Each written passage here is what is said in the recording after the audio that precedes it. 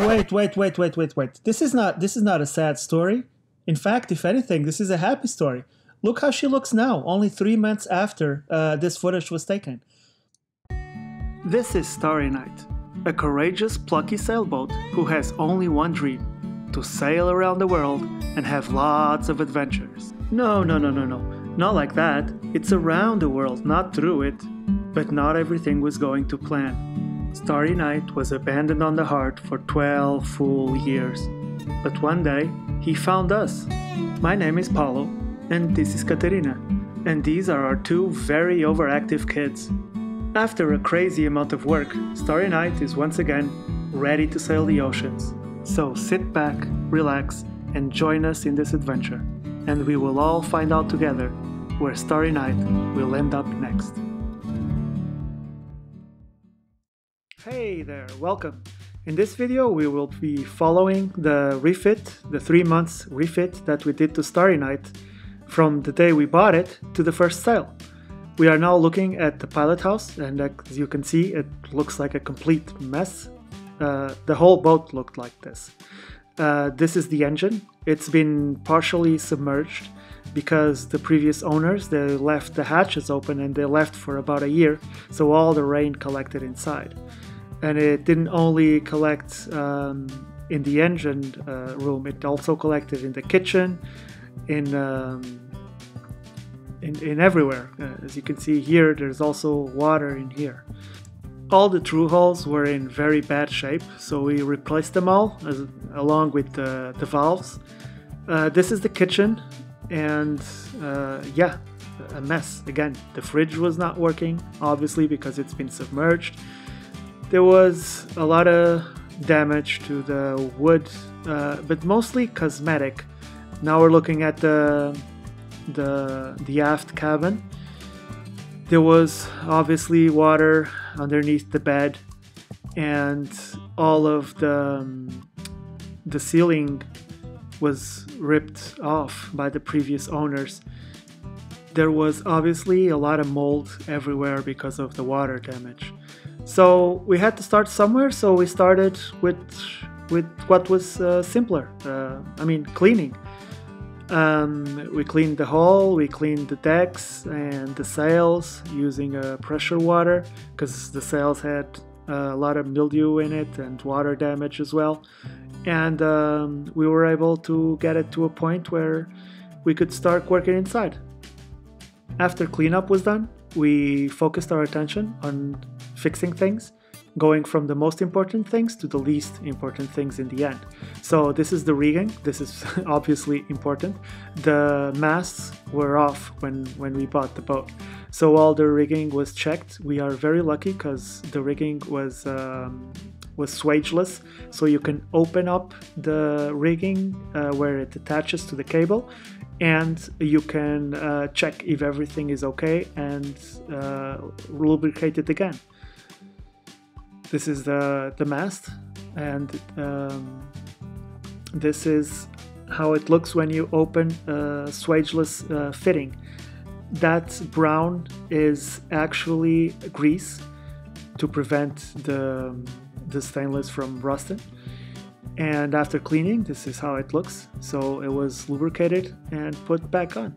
Then a crane came and we put the masts in the boat. After the mast and sails were in place, it was time to look at the next most important thing, the engine.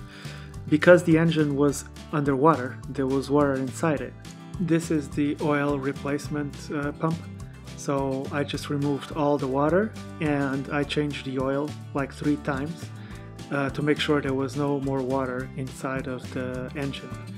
After this was done, I painted the engine, and this is it starting up for the first time.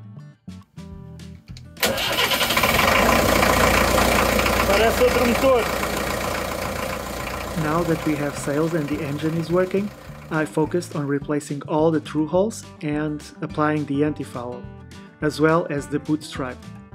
After that, it was time to start working on the interior. On the ceiling side, I'm using plywood, 5mm plywood, and I'm also using this cloth, which I don't know the name of. And then once it's done, it will look like that. So on this side, half of the kitchen is done. So yeah, it's very laborious, but once it's done, hey, it looks fine. So yeah, let's keep going and let's get this half looking like that half. It's now many hours later, but I am nearly done. There's one last piece, and here it is. Oops, it's not like this.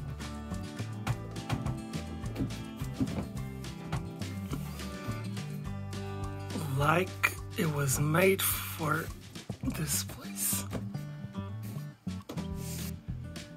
To apply the cloth on the wall, I put a little bit of painter's tape so that when I put the glue on,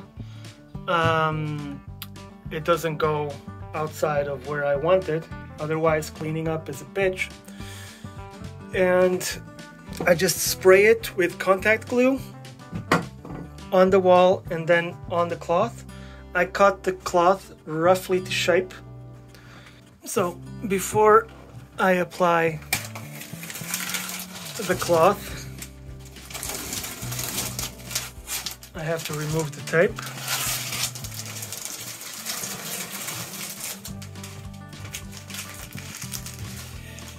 So then the cloth is ready, and I have allowed some time for the glue to set. So now I just have to pick up the cloth and put it against the wall. Once that's done, I just use a spatula to press it in the corners. So then I get a sharp knife and I just go very slowly around. And then this is how it looks after I glued it. Looks pretty damn spiffy. Now we're getting to the good stuff, the before and after pictures.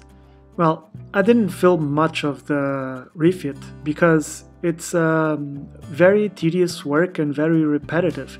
It's basically using a combination of tears, sweat, money, and more sweat and blood and paint, and you'll get to this eventually. If you do it for long enough, it will start to look good.